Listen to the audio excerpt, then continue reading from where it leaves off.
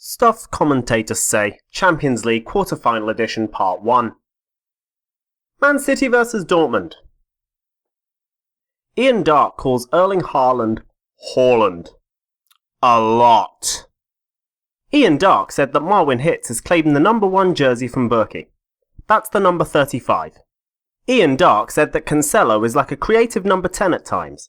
Jesus Christ, he tucks in and plays in midfield. That doesn't mean he's a playmaking midfielder. Has he ever watched David Silva? Bruno Fernandes? De Bruyne's literally on the pitch. That's a number 10. After City scored the first goal, you've got Jermaine Genius saying that's exactly what Dortmund would have worked on not doing.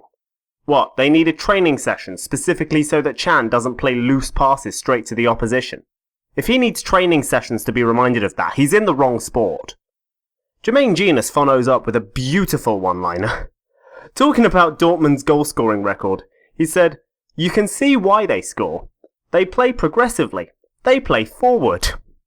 Yes, Genius, as opposed to those teams that so famously only play backwards.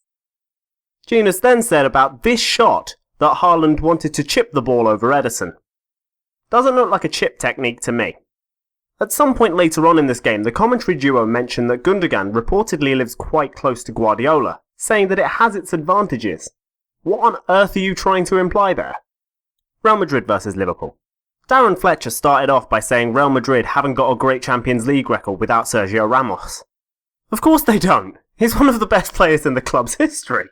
Anyone would be worse without him.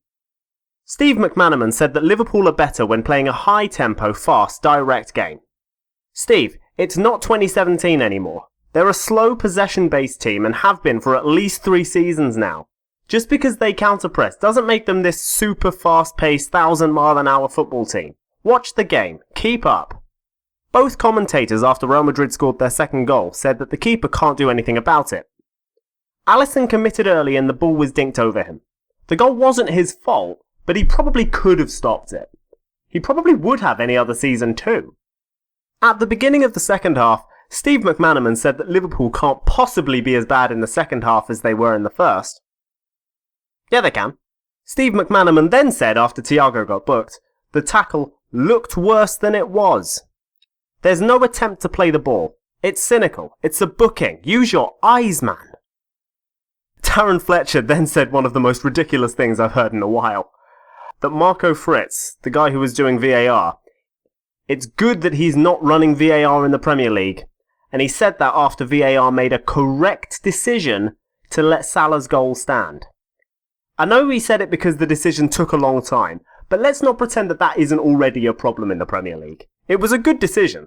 Let's leave bashing VAR to when they get it wrong, yeah? Darren Fletcher talking about the deficits that Liverpool have overturned in the second leg as things that we memorably remember. English. Good.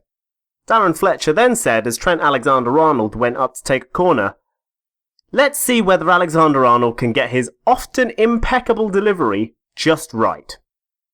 His deliveries this season have been crap. Porto vs Chelsea. Darren Fletcher said this in response to a short Porto free kick that was obviously misplaced. Strange free kick. No, it was a bad free kick.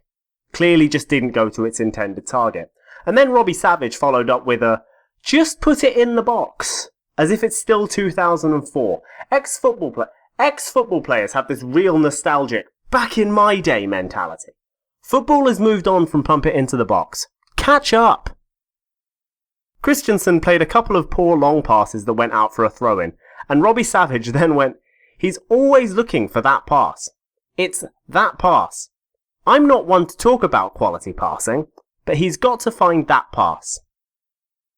5 minutes later, Christensen decides not to play that same pass that we were talking about earlier, and Robbie Savage says, if Christensen hadn't hit the last 2 out of play, would he have played it again?